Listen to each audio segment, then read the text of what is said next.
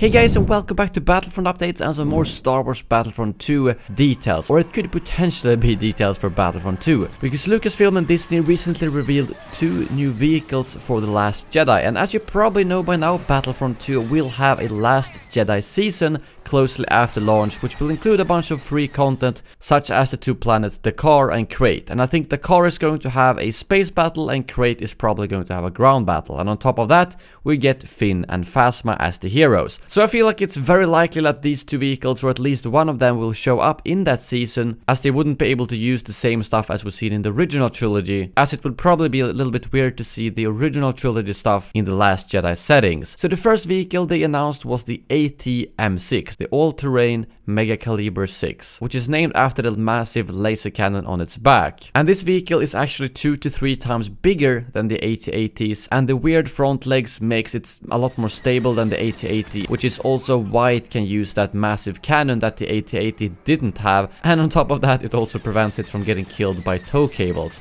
because he did specifically say that this thing won't be taken down by a airspeeder. So I think this vehicle looks quite strange, to be honest. It's not something I got super excited about when I saw it, because it just feels like another version of the AT-AT, which we've already seen with the AT-ACT and so on. But it seems like they want to have walkers that they evolve through each era, since we have the AT-TE, AT-AT, AT-ACT, and now the AT-M6. And I could totally see this be part of a galactic assault map on Crate, where instead of AT-ATs assaulting something, we would have AT-M6. And because of its size and cannons, we would not be able to take it down with tow cables, but we might have to introduce something else to take it down, something which we might learn in the movie. Maybe a heavier cannon, some other type of ship. Well, that's pretty hard to say, but I would love to see a galactic assault version with the AT-M6. And that also brings me over to the other vehicle, the First Order Dreadnought.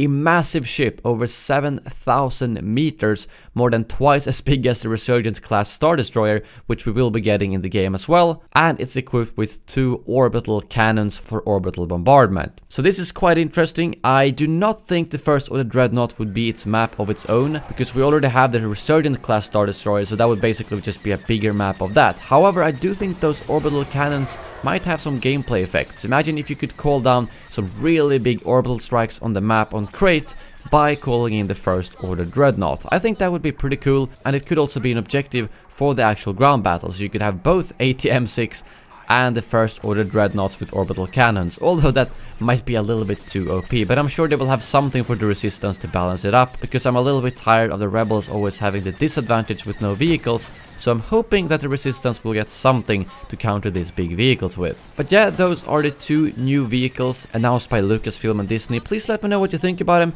Do you like them? Do you dislike them? And do you think they will be in Battlefront 2 and the Last Jedi season? I hope so. It's always nice to get some fresh content that is going to be directly tied to what you just came out from the movie theater and saw, so hopefully they will be available at Crate or Dakar. Thank you very much for watching, and as always, may the Force be with you.